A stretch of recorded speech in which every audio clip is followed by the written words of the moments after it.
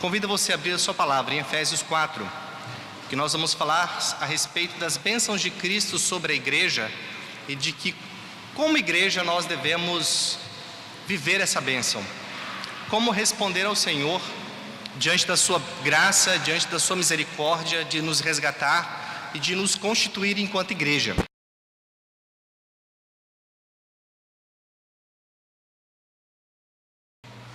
Muitos cristãos que ali se converteram e mudaram realmente suas vidas, pegam os livros de magia e queimam em praça.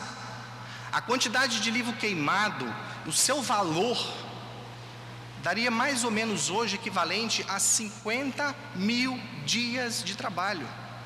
Você imagina a quantidade de livro que foi queimado e o prejuízo financeiro para as pessoas que viviam disso. Além do mais, os ourives. Havia uma deusa, Artemis, também conhecida como Diana, e muitas estátuas cultuavam a deusa Diana.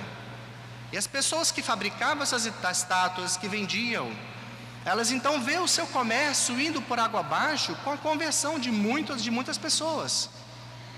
Eles se voltam contra os discípulos. E é essa pressão que a igreja encontra. É essa batalha espiritual que a igreja se vê envolvida. E aí então Paulo escreve a sua carta aos livros de Efésios, salientando algumas verdades para aqueles irmãos.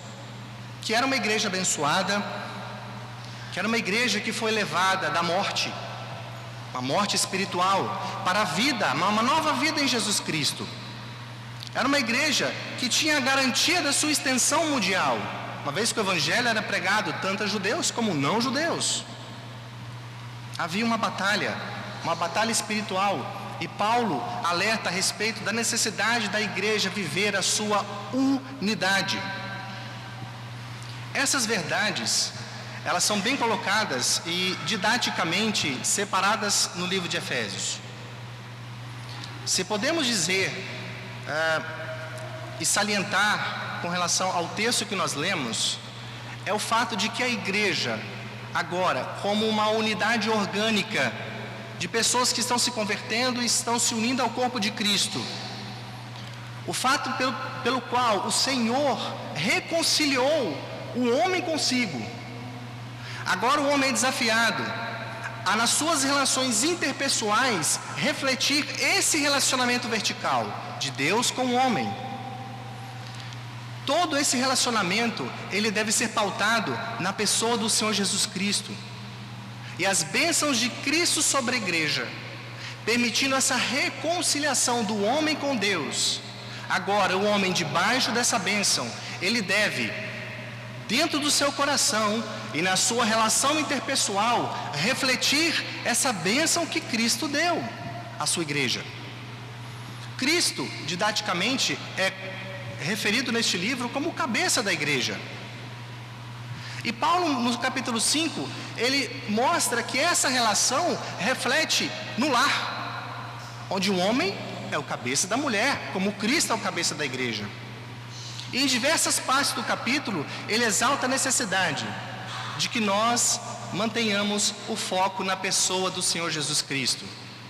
As relações interpessoais devem ser pautadas pelo amor de Cristo. E no final do capítulo, ele ressalta: lembrem que vocês estão diante de uma batalha espiritual. Batalha que nós temos até hoje. Por isso, revistai-vos da armadura do Senhor. No capítulo 4, antes de entrarmos especificamente no nosso texto, eu gostaria que você voltasse um pouco mais no capítulo 3, no versículo 14. Mantenha sua Bíblia aberta. No capítulo 3, no versículo 14. Paulo, então, diante dessa bênção que Cristo deu para a sua igreja, direciona agora a sua igreja. Qual rumo que vocês devem seguir? Qual é o caminho? Qual é a direção? Inicialmente, Paulo ressalta, no capítulo 3, do versículo 14 ao versículo 20, que nós fomos e nós somos capacitados de poder. Acompanhe lá no versículo 14. Por esta causa, me ponho de joelhos diante do Pai. Paulo está rogando ao Senhor, de quem toma o nome toda a família, tanto no céu como sobre a terra, para que, segundo a riqueza da sua glória, vos conceda que sejais fortalecidos com poder, mediante o seu Espírito no homem interior, e assim habite Cristo no vosso coração pela fé, estando vós arraigados e alicerçados em amor, a fim de poderdes compreender com todos os santos qual é a largura, o comprimento, a altura e a profundidade, e conhecer o amor de Deus, o amor de Cristo, que excede todo o entendimento, para que sejais tomados de toda a plenitude de Deus. Ora, àquele que é poderoso para fazer infinitamente mais do que tudo quanto pedimos ou pensamos, conforme o seu poder que opera em nós, a ele seja a glória, na igreja e em Cristo Jesus, por todas as gerações, para todos sempre. Amém. No versículo 16, existe a figura do Espírito Santo de Deus, que habita o homem interior. O Espírito Santo de Deus aqui não é um poder místico que desce sobre alguém e que lhe concede, algum status ou destaque maior do que qualquer outra pessoa na igreja. Algumas frentes teológicas destacam isso da ação do Espírito Santo, vivendo ainda o dia de Pentecostes como se esse Espírito atuasse na forma de uma força mística que é capaz de fazer o crente um super-homem. Não, este Espírito Santo é uma pessoa viva, é Deus, é o Espírito de Deus que habita o crente, vive dentro do crente, e em todo o tempo ele está agindo e capacitando o crente em Cristo de poder para que ele seja fortalecido. Se você olhar no versículo 16, Paulo, quando fala fortalecidos, a gente tem que entender que para ser fortalecido, você precisa estar fraco. Eu trabalho dentro do hospital, vejo pessoas doentes que às vezes não conseguem comer pela boca, a gente tem que alimentar às vezes por sonda, e existe toda uma ciência que é feita em torno das dietas que você coloca, com mais proteína, com menos proteína, e você adequa a necessidade para cada pessoa. E aqui a ideia é mais ou menos isso, de alguém que literalmente está na UTI. Nós, devido à queda, somos incapazes de agradar o Senhor. Somos como o doente que está na UTI, completamente doente pelo pecado, e que o Senhor fortalece através da sua graça, nos capacita mediante a ação do seu Espírito a entender a sua palavra, a nos converter, e agora, como pessoas debilitadas, precisamos ser constantemente fortalecidos. Para entendermos melhor essa fraqueza, abra sua Bíblia em Ezequiel capítulo 16. Há dois aspectos com relação a essa fraqueza que gostaria de abordar. Ezequiel 16, e aqui é uma advertência ao povo de Israel, uma palavra extremamente dura. Ezequiel 16, 30 a 32. Ezequiel 16, 30 a 32. Quão fraco é o teu coração, diz o Senhor Deus, fazendo tu todas essas coisas só próprias de meretriz descarada, edificando tu o teu prostíbulo de culto à entrada de cada rua e os teus elevados altares em cada praça, não foste sequer como a meretriz, pois desprezaste a paga. Uma dura palavra do Senhor à sua igreja, a Israel, que era pior do que a meretriz, que pelo menos recebia a sua paga. Aqui a gente entende que Israel fez por prazer. Ela abandona o seu Senhor para servir os seus próprios prazeres. Quando nós deixamos de agradar a Deus e agradamos a nossa carne e fazemos a nossa própria vontade e vivemos em pecado, entregues ao pecado, somos como a nação de Israel, adúlteros. Irmãos, não podemos deixar que, por mais fracos que sejamos e totalmente dependentes da graça de Cristo, dar ocasião a isso para pecar. Ai, coitadinho de mim, sabe como é que é, né? A carne é fraca. E Deus, duramente, vem contra o povo de Israel através da sua palavra e diz que o povo é pior do que uma prostituta. É pior. Ouvi um testemunho de uma esposa de um missionário. Ela diz que ela foi se converter muitos anos depois de casada com ele. Ela casou com um missionário, ela foi ordenada missionária junto com ele. E ela dá um testemunho que depois de 10 anos vivendo com ele, ela se converteu a Cristo. E ela disse que num determinado momento o marido dela estava pregando e ela já não conseguia mais aguentar ouvir as pregações do seu marido, porque aquilo a incomodava. Ela então sai da igreja, vai para fora da igreja e senta ali na calçada e vê uma meretriz passando. E no seu testemunho ela chora dizendo: eu olhei para aquela meretriz e comecei a chorar.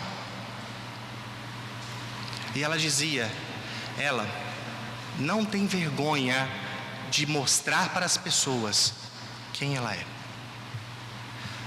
Eu tenho vergonha de mostrar para as pessoas que eu não sou crente. Ela então vai para casa arrependida, e depois de contemplar isso e de viver isso, o Senhor toca o seu coração, ela conversa com seu marido, e ela literalmente se entrega a Cristo. E ela dizia que desde pequeno, criado na igreja, ela participava das escolinhas, ela orava como se fosse checklist. Eu tenho que agradecer, tenho que pedir, fulano, beltrano, ciclano, como checklist, ela checava ali na sua caderneta, a oração está feita. Mas ela não tinha a convicção de pecado. E aqui o Senhor esmaga o coração de Israel. Vocês são pecadores, e vocês são piores do que a meretriz.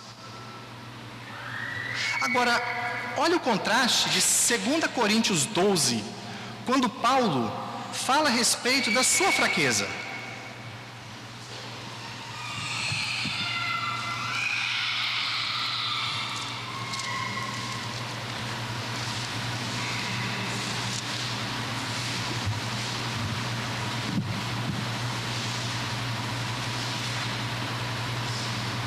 Segunda Coríntios 12. Se é necessário que me glorie, ainda que não convém, passarei às visões e revelações do Senhor. Paulo está aqui defendendo o fato dele ser apóstolo, sua ordenação. Conheço um homem em Cristo que há 14 anos foi arrebatado até o terceiro céu, se no corpo ou fora do corpo, não sei, Deus o sabe. E sei que tal homem, se no corpo ou fora do corpo, não sei, Deus o sabe. Foi arrebatado ao paraíso e ouviu palavras inefáveis, as quais não é lícito ao homem referir. De tal coisa me gloriarei, não porém de mim mesmo, salvo nas minhas fraquezas. Pois se eu vier a gloriar-me, não serei nécio, porque direi a verdade. Mas abstenho-me para que ninguém se preocupe comigo mais do que em mim vê ou de mim ouve. E para que não me ensoberbecesse com a grandeza das revelações, foi-me posto um espírito na carne, mensageiro de Satanás, para me esbofetear, a fim de que não me exalte. Por causa disto, 3 vezes pedi ao Senhor que o afastasse de mim. Então ele me disse: a minha graça te basta, porque o poder se aperfeiçoa na fraqueza. De boa vontade, pois, mais me gloriarei nas fraquezas, para que sobre mim repouse o poder de Cristo.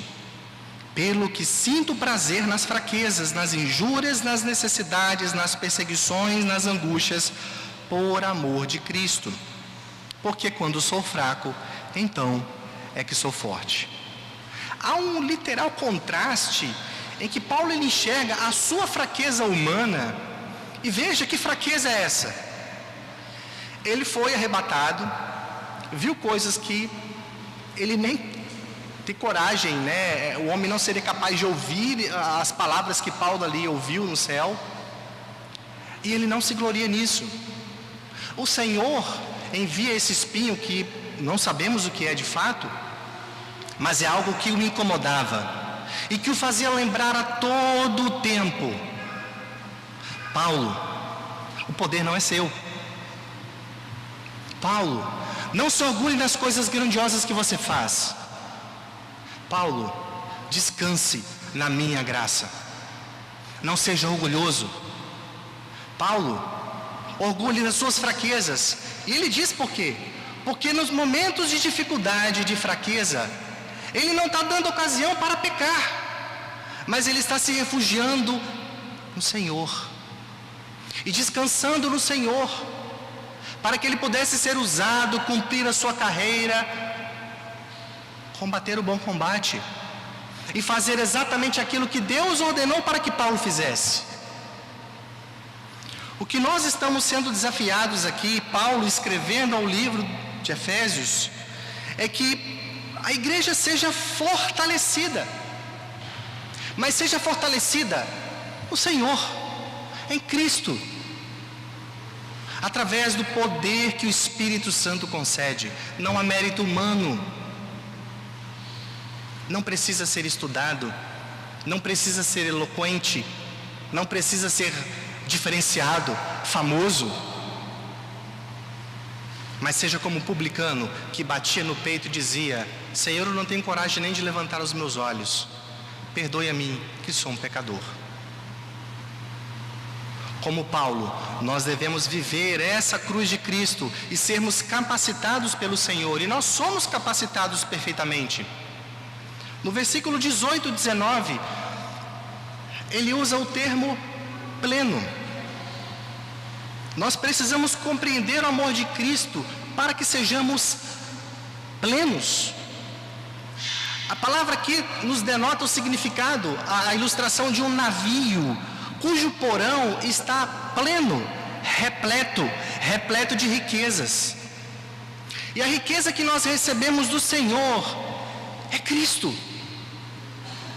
João 17:17 diz que a palavra do Senhor é a verdade. E João 14:6 diz que Jesus Cristo é a verdade. Irmãos, nós somos plenos. Nós temos Cristo, que nos capacita para que possamos agradar o Senhor em Cristo. E nós só podemos agradá-lo cumprindo a sua palavra. Viver Cristo é obedecer a sua palavra. Viver Cristo é viver a sua palavra. E como um navio repleto de tesouro, nós assim devemos ser e somos plenos, amplamente capacitados pelo seu Espírito a obedecer o Senhor e não fazer como Israel, que duramente foi repreendida pelo profeta, mas que sejamos como Paulo, aptos a praticar toda a boa obra. E no versículo 20, ele diz que aquele que é poderoso para fazer infinitamente mais do que tudo quanto pedimos ou pensamos, nós somos fracos. E a sua capacitação, a ação do Espírito Santo como organismo vivo dentro do crente, é capaz de fazer um check-up dentro do nosso coração, do nosso interior, na nossa vida. E pedir ao Pai, e interceder ao Pai, muito mais do que julgamos que precisamos. Então o Senhor olha para nós, vê que não há mérito nenhum em nós, e mesmo que a gente se esforce para pedir a Ele fé, sabedoria, para caminhar, para crescer, para mudar, para nos santificar, Ele nos dá muito mais do que julgamos necessário receber. Nós somos plenos, nós somos cheios do Senhor. John MacArthur, no seu livro Nossa Suficiência em Cristo, ele destaca o seguinte: Quando Jesus completou sua obra redentora no Calvário, ele exclamou triunfantemente: está consumado. João 19:30. A obra salvadora estava completamente feita, terminada, nada foi omitido.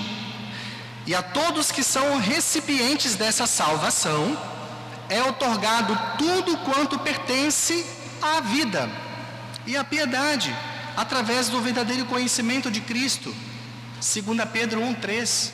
Nós recebemos todas as coisas, e todas as coisas, para viver uma vida piedosa.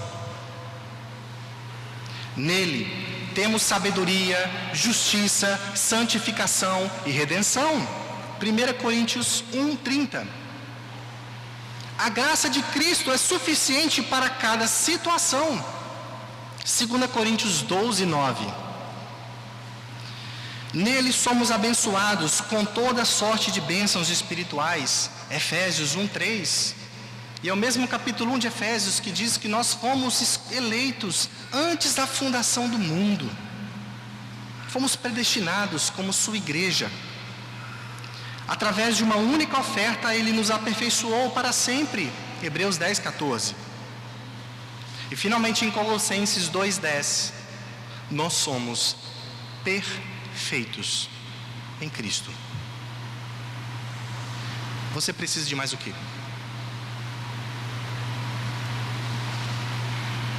Irmãos, é muito triste, numa igreja que eu reuni durante pouco tempo, antes de chegar aqui, na nossa caminhada aí, que depois eu posso até conversar com vocês, que foi muito divertida, sofredora demais, mas muito triste. Um pastor de uma igreja evangélica chamou um outro pastor da igreja e disse o seguinte: irmãos, agora o pastor fulano de tal terminou o seu curso em terapia de casais. Agora, essas foram as suas palavras, agora ele está habilitado para aconselhar casais.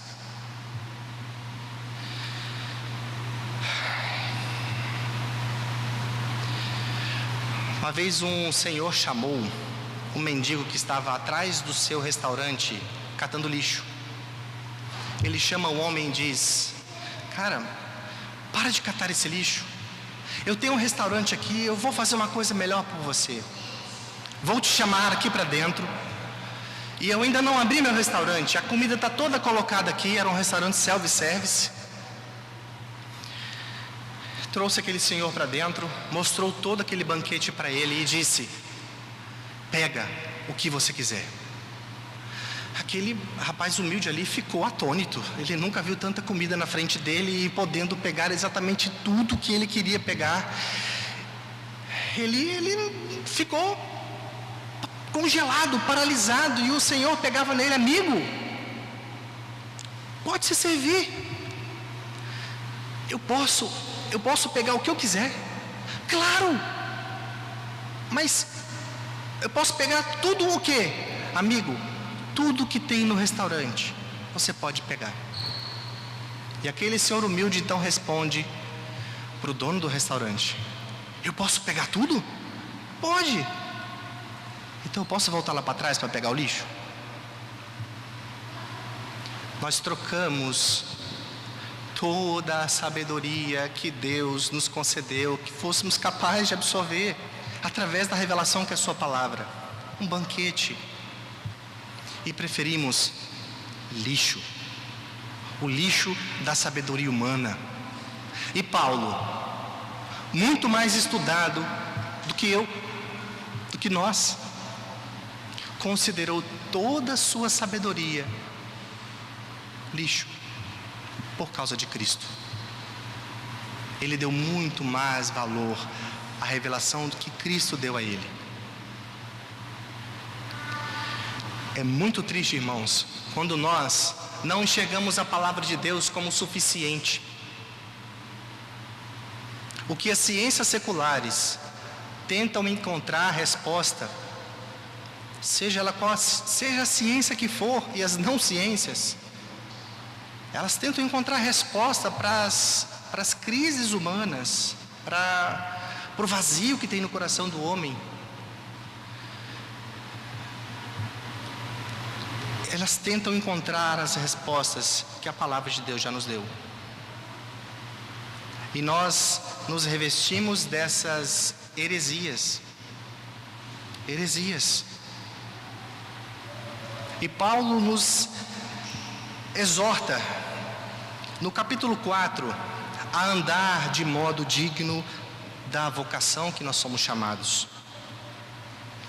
Existem aqui 3 aspectos neste texto que são as nossas relações interpessoais, o fato de que não devemos imitar o mundo e de que devemos desenvolver os dons que nós temos. Irmãos, nós somos plenamente capacitados pelo Senhor, através do poder do Espírito Santo e da sua palavra que tem todas as respostas, e agora sim nós somos encorajados a viver de modo digno da vocação para a qual nós fomos chamados. Ele inicia exortando a sua igreja a suportar uns aos outros, a compartilhar.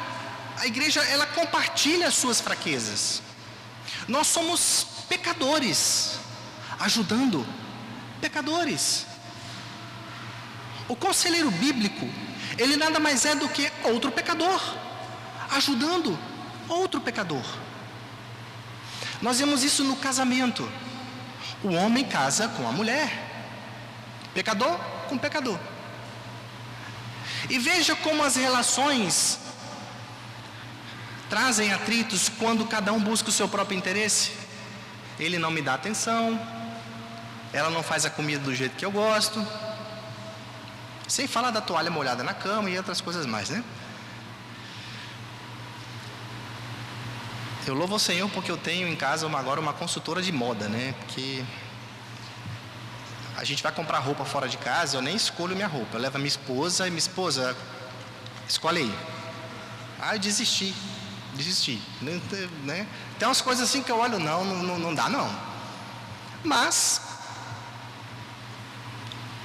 nós somos diferentes, homem e mulher diferentes, mas ambos a imagem de Cristo, com personalidades diferentes, gostos diferentes, e assim também é na igreja, ou não? Somos pessoas diferentes, com gostos diferentes. Então cuidado quando você olha a saia da irmã e fala que é cafona. É o gosto dela. Ela gosta sim.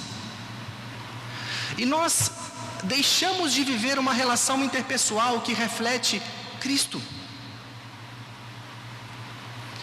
Irmãos, existem alguns ministérios, organizações cristãs que são especializadas, nós já até falamos isso aqui uma vez na escola dominical, especializadas em resolver conflitos, não só matrimonial, mas na igreja.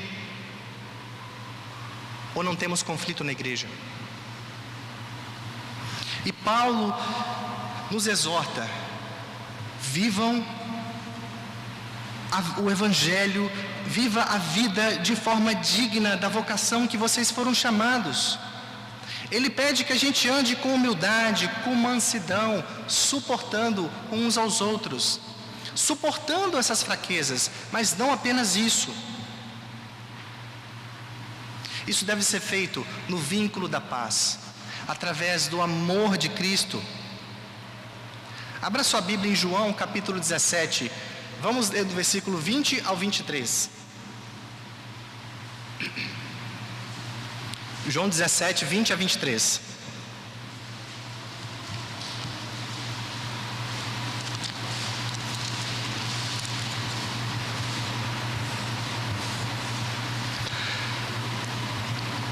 Não rogo somente por estes, mas também por aqueles que vieram a crer em mim por intermédio da sua palavra, a fim de que todos sejam um. E como és tu, ó Pai, em mim e eu em ti, também sejam eles em nós, para que o mundo creia que tu me enviaste. eu lhes tenho transmitido a glória que me tens dado, para que sejam um, como nós o somos, eu neles e tu em mim, a fim de que sejam aperfeiçoados na unidade, para que o mundo conheça que tu me enviaste e os amaste, como também amaste a mim. Perceba a oração de Cristo, rogando pela unidade da igreja. Pela unidade da igreja. De pessoas diferentes, com interesses diferentes, encontrando dificuldades nos seus relacionamentos, sim, com atritos, com divergências, mas ele ressalta o fato de que nós somos aperfeiçoados nessa unidade. O casamento, a família, ela é uma mini igreja. Ela é um ensaio, ela é um palco, é um local de treinamento, em que nós treinamos as nossas relações interpessoais para que elas sejam reflexos na igreja. Daí, nós ouvimos muitas pessoas falarem, lares fortes, igreja forte. Paulo exorta essa unidade, por quê?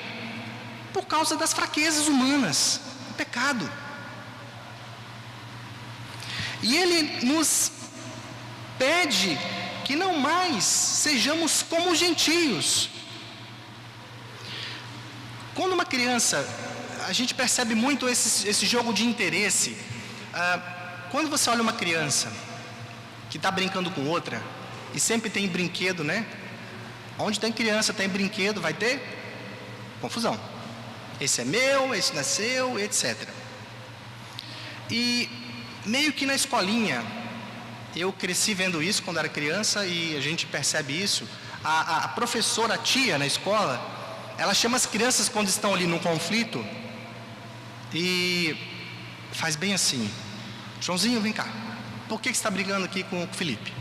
Aí cada um, mas eu, cada um faz a sua justificação ali, dá a sua justificativa, defende o seu lado. Vocês não podem ser assim, vocês são coleguinhas. Vocês têm que aprender a dividir. E outra coisa, pede desculpa para ele. Desculpa. Você, Joãozinho, pede desculpa ao Felipe. Desculpa. Agora está tudo resolvido, vamos brincar. Bom, a gente ensina isso em casa, ou não? E quem disse que nós temos que dividir? Jesus dividiu com você e comigo a cruz? Não. Ele tomou tudo sobre si. Lá em Filipenses, diz que Jesus Cristo, ele se esvaziou. Esvaziou. Ele não fez a vontade dele. Nem quando estava no sofrimento, no jardim do Getsêmani, ele, para nos ensinar, ora, Pai, se for possível, passa de mim este cálice sem que eu beba. Contudo, seja como tu queres. A sua vontade é soberana. O Senhor nunca nos ensinou a dividir os interesses individuais. Ele nos ensinou a entregar os nossos interesses aos pés da cruz, porque isso é pecado. Isso é pecado. Foi por isso que ele morreu. Ele morreu porque o Joãozinho e o Felipe estão brigando pelo brinquedo. E o que nós devemos ensinar aos nossos filhos é: o que Cristo te ensina? A dividir? Ou abrir mão de si mesmo, a negar a si mesmo e tomar a cruz? Muitas igrejas fazem assim, com as divergências que tem dentro dela, não disciplinam. Eu participei em uma igreja, houve uma situação extremamente desagradável com a nossa família. Houve uma difamação dentro da igreja, E havia mais ou menos 8 pessoas envolvidas. E, para minha tristeza, irmãos, nós ficamos extremamente decepcionados com a condução dos fatos. E no final da reunião eu alertei aquela igreja, aqueles irmãos que ali estavam, e disse: hoje a palavra do Senhor infelizmente foi rasgada. Pura e simplesmente, irmãos, porque houve o pecado. Um pecado que não foi tratado, um pecado que não foi confessado. Houve uma parte ofendida, a minha esposa, e muito mais do que isso, Senhor Deus. E simplesmente a igreja, de uma maneira totalmente contra a sua palavra, fez exatamente isso. Joãozinho, Felipe, pede desculpa um para o outro.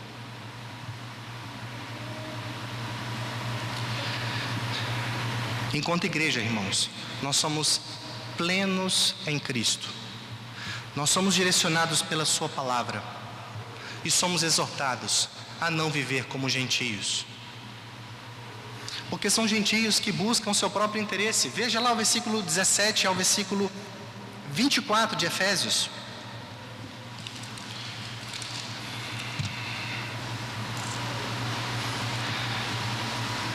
Isto, portanto, digo e no Senhor testifico, que não mais andeis como também os gentios, na vaidade dos seus próprios pensamentos, obscurecidos de entendimento, alheios à vida de Deus, por causa da ignorância em que vivem, pela dureza do seu coração, os quais, tendo se tornado insensíveis, se entregaram à dissolução para, com avidez, com toda a força, cometerem toda sorte de impureza. Pois são gentios que vivem exclusivamente para pecar e atender aos seus próprios interesses. E como cristãos, nós somos constrangidos pela cruz de Cristo a entregar a nossa vontade ao Senhor. E devemos ensinar isso aos nossos filhos.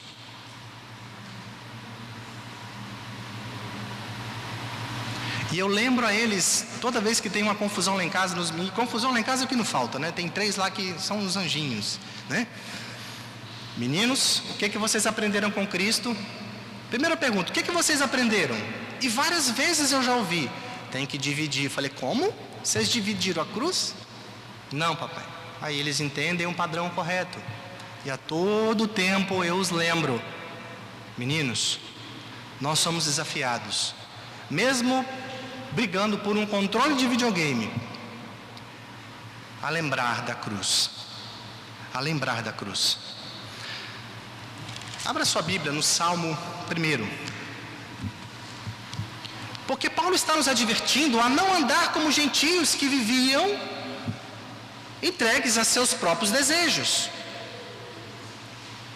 No Salmo 1, nós lemos: os justos e os ímpios. Bem-aventurado o homem que não anda no conselho dos ímpios, não se detém no caminho dos pecadores, nem se assenta na roda dos escarnecedores. Antes o seu prazer está na lei do Senhor, e na sua lei medita de dia e de noite. Ele é como árvore plantada junto à corrente de águas, que no devido tempo dá o seu fruto, e cuja folhagem não murcha, e tudo quanto ele faz será bem sucedido. Os ímpios não são assim. São, porém, como a palha que o vento dispersa. Por isso, os perversos não prevalecerão no juízo, nem os pecadores na congregação dos justos. Pois o Senhor conhece o caminho dos justos, mas o caminho dos ímpios perecerá. Irmãos, não só dando aula para os adolescentes na escola dominical, mas em casa com 3 meninos, né, um adolescente, o outro pré-adolescente, e o Lucas, mais jovem, de 8 anos. Nós temos uma igreja grande dentro da nossa casa, graças a Deus, e um desafio, que é a todo tempo ensiná-los. Eles convivem mais tempo fora de casa, na escola, vendo televisão, sendo bombardeados a todo instante com as coisas do mundo. Eu ainda tenho tempo que eu fico fora de casa no trabalho. E pense no desafio que é competir com este tempo. Eles ouvem mais a respeito de iniquidade do que de verdade. Eles ouvem mais mentira do que verdade. E como pais, nós temos a responsabilidade de ensinar os nossos filhos o caminho que eles devem andar. E sabe o que é mais difícil nesse processo? Mais difícil na educação de um filho é começar por mim. É começar por mim. Porque, irmãos, eu olho para os meninos e eu vejo os meus pecados. Ou não é assim? E vejo quão miserável eu sou. E dependo de Cristo para mudar o meu coração, porque eu só posso levá-los até um determinado trecho desta caminhada, aonde eu cheguei. Eu não vou conduzi-los. Faz o que o papai não faz. Eu não posso conduzi-los até onde eu não vou.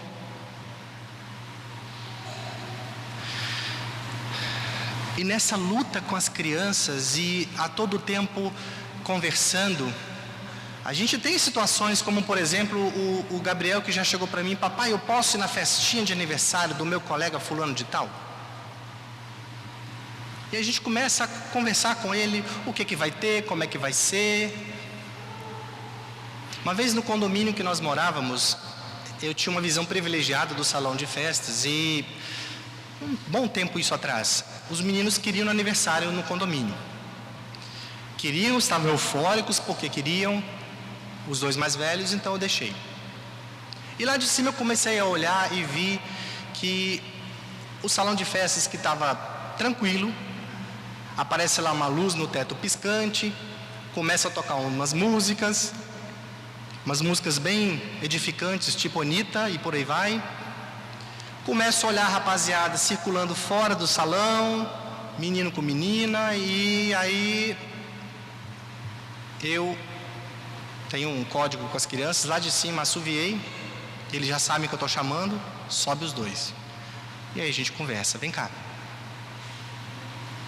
Quando Cristo ora: Pai, eu não quero que o Senhor os tire do mundo, mas que eles não pertençam ao mundo. Vocês não se sentiram constrangidos com o que vocês viram? Irmãos, o Salmo 1 é extremamente claro. Como podemos sentar na roda dos escarnecedores? Que comunhão pode haver entre a luz e as trevas? Que interesses em comum há entre o crente e o descrente, para que seja suficiente para edificar você, meu irmão? O que você pode aprender com o descrente para que você se torne parecido com Cristo, se ele é escravo do diabo e servo de Satanás? Mas não tem nada a ver sentar numa rodinha, tomar cerveja, ir para festinha. Minha irmã, quanto tempo você gasta conversando com as irmãs da igreja? E quanto tempo você gasta conversando com sua vizinha, falando da vida das pessoas em volta da sua casa? O que é mais prazeroso?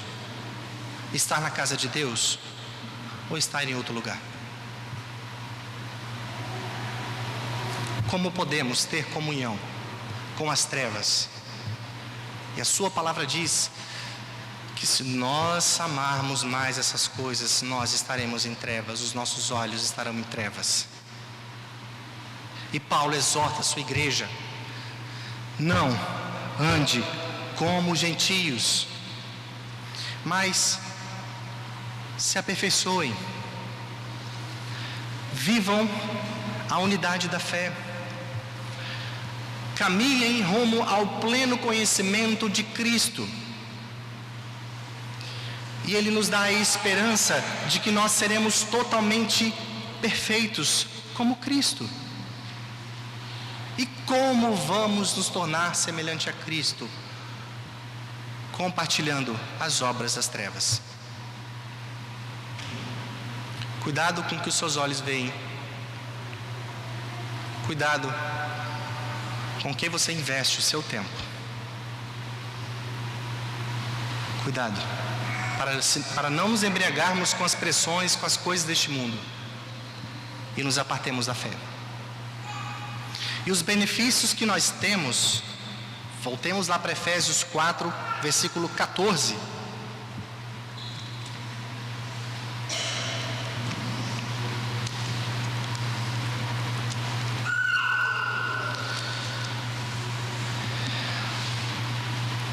Que não mais seremos como meninos, agitados de um lado para o outro, levados ao redor por todo o vento de doutrina, pela artimanha dos homens, pela astúcia com que induzem o erro. Irmãos, eu cresci numa igreja em que as pessoas colocavam medo na gente, dizendo: irmão, cuidado com o mundo, irmão, cuidado com o mundo. E a igreja meio que esqueceu de que sorrateiramente o diabo penetrou dentro dela e trouxe falsas doutrinas. Em 1942, C.S. Lewis escreve uma sátira, uma brilhante sátira, Cartas do Inferno. Lewis imagina um memorando do demônio morcegão para seu aprendiz cupim. Ele desesperadamente tenta ensinar ali, impedir que seu paciente humano vivesse o cristianismo bíblico. Então ele escreve, abre aspas, meu caro cupim, 1942. O verdadeiro problema a respeito do grupo com o qual o seu paciente convive é que ele é meramente cristão. Todos têm, é claro, interesses individuais, mas o laço que os une é o cristianismo. O nosso alvo, o demônio ensinando para o outro, seu aprendiz, o nosso alvo, se chegam ao ponto de se tornarem cristãos, nós vamos impedir, mas se eles se tornarem cristãos, vamos tentar, né? É mantê-los em um estado de espírito a qual chamo de, abre aspas, cristianismo e, fecha aspas. Você sabe, cristianismo é a crise, cristianismo é a nova corrente psicológica, cristianismo e a nova ordem, cristianismo e a cura pela fé. Esse negócio aqui, acho que foi em 1942 não, hein? Mas tá bom. Cristianismo e a pesquisa psíquica, cristianismo, essa o Milton vai gostar, e o vegetarianismo, cristianismo e a reforma ortográfica. Se não podemos impedi-los de serem cristãos, então que o sejam com certos qualitativos, né? Um plus. Substitua a fé por alguma moda que tenha um colorido cristão. Irmãos, quantos crentes em Cristo são bombardeados por doutrinas falsas, por coisas que são levadas para dentro da igreja, mudando o culto que deve mostrar a pessoa de Cristo, para que nós sejamos plenamente satisfeitos carnalmente. A onda é que o crente tem que ser consumidor, e eu, como fornecedor de entretenimento, eu preciso fazer com que ele se sinta bem aonde você está sentado. E eu tenho certeza de que o cupim aprendeu e desempenhou muito bem o seu papel. E nós não podemos deixar ser levados como meninos por qualquer vento de doutrina, mas devemos estudar a sua palavra, mediante a ação do seu Espírito, buscar a ser plenos em Cristo, cheios do Espírito Santo, cheios do conhecimento de Deus, através do estudo da sua palavra. A nossa corrupção, ela começa aqui na nossa mente, no homem interior, quando ele julga que tem uma alternativa melhor para a sua vida. quando ele julga que aquilo que ele está fazendo, o que tem, não tem nada demais. Quando ele julga que trazer isso para dentro da igreja vai fazer a igreja crescer. Mas Nadab e Abiú, quando foram oferecer um fogo diferente, que eles achavam que era melhor, foram imediatamente consumidos, porque não seguiram a exata prescrição do Senhor. E esse é um Deus santo, que não tolera que sejamos levados por qualquer vento de doutrina e muito menos modismos. Devemos, portanto, viver como igreja madura. No versículo 16, nós vemos a metáfora a respeito do corpo bem ajustado, consolidado, que cresce para a edificação, para a glória do seu Senhor. E agora, como igreja madura, que busca exclusivamente agradar ao Senhor, que lança fora individualmente os seus desejos mais internos, mais profundos. Porque, veja bem, irmãos, desejar coisas boas não é pecado. É bom desejar conforto? É bom desejar um carro confortável? Ter dinheiro é pecado? Não. É pecado desejar um videogame novo? Uma roupa melhor? Não. É pecado desejar que o seu marido lhe dê mais atenção que você gostaria que ele desse? De maneira alguma. Não pode esses desejos serem maiores do que a glória do Senhor.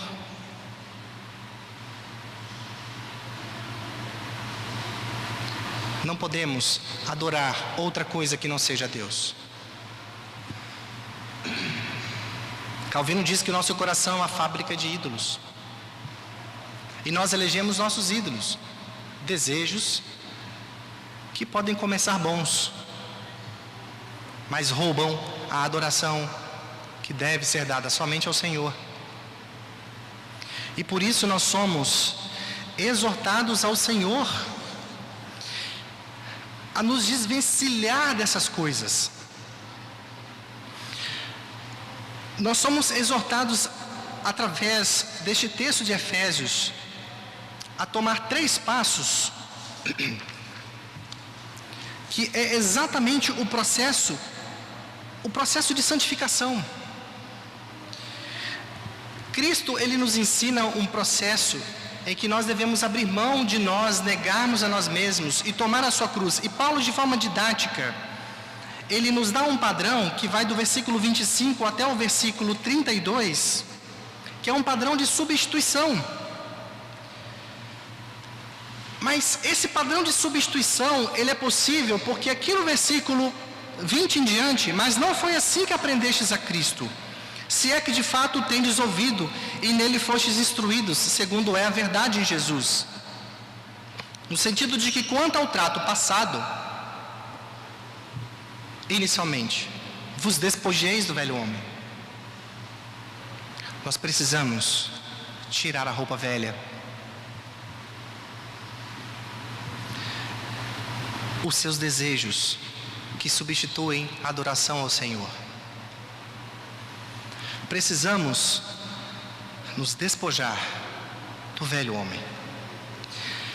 Esse homem se corrompe segundo as concupiscências do engano, o desejo intenso do engano. Eva foi enganada pela serpente, que quando olhou o fruto, ela achou que não tinha outra alternativa que não fosse pecar.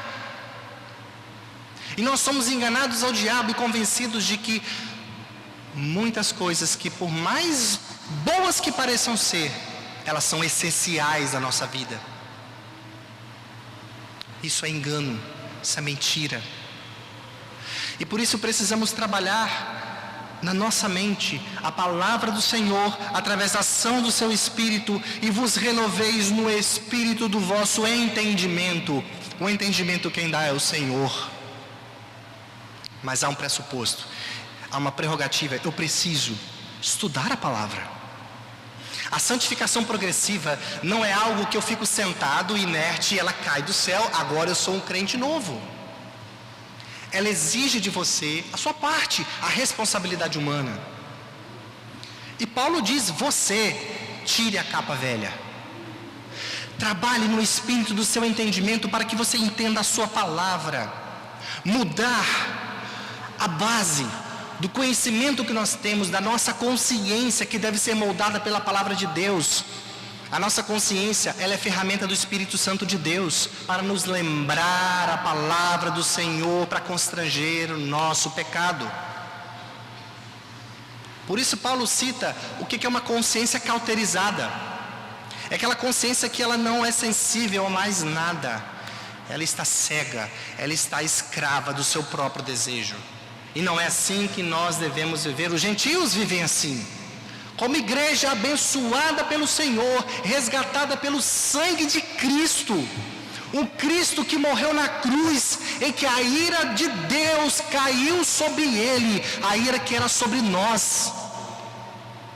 Esse Senhor exige santidade. Por isso, trabalhe no seu coração, trabalhe no homem interior, trabalhe na sua mente. Qual é o padrão que Deus quer para a sua vida? E agora, se revista de um novo homem, cujas bênçãos não se limitam a essa terra, mas são eternas.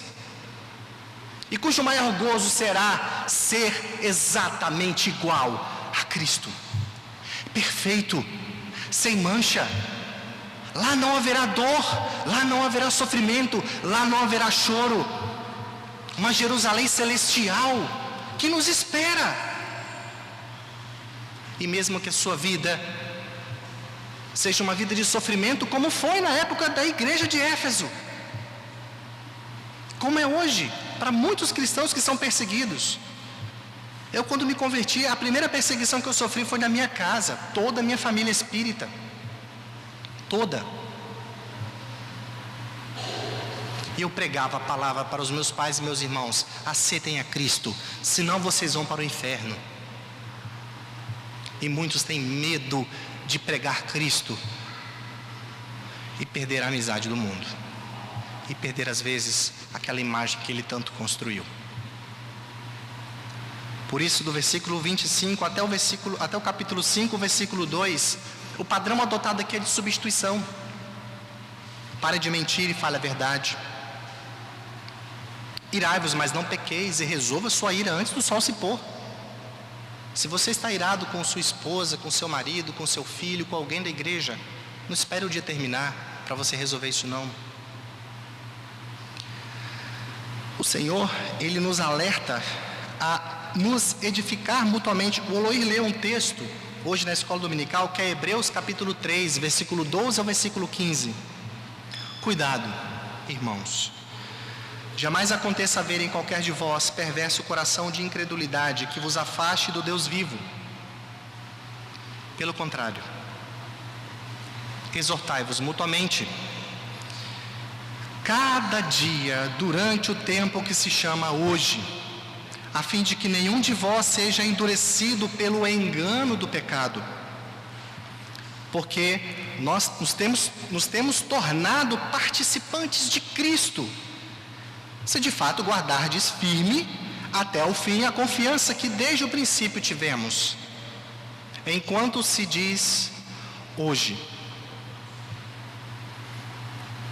se ouvirdes a sua voz, não endureçais o vosso coração, como foi na provocação. Irmão, não endureça o seu coração, mas se dirija ao Senhor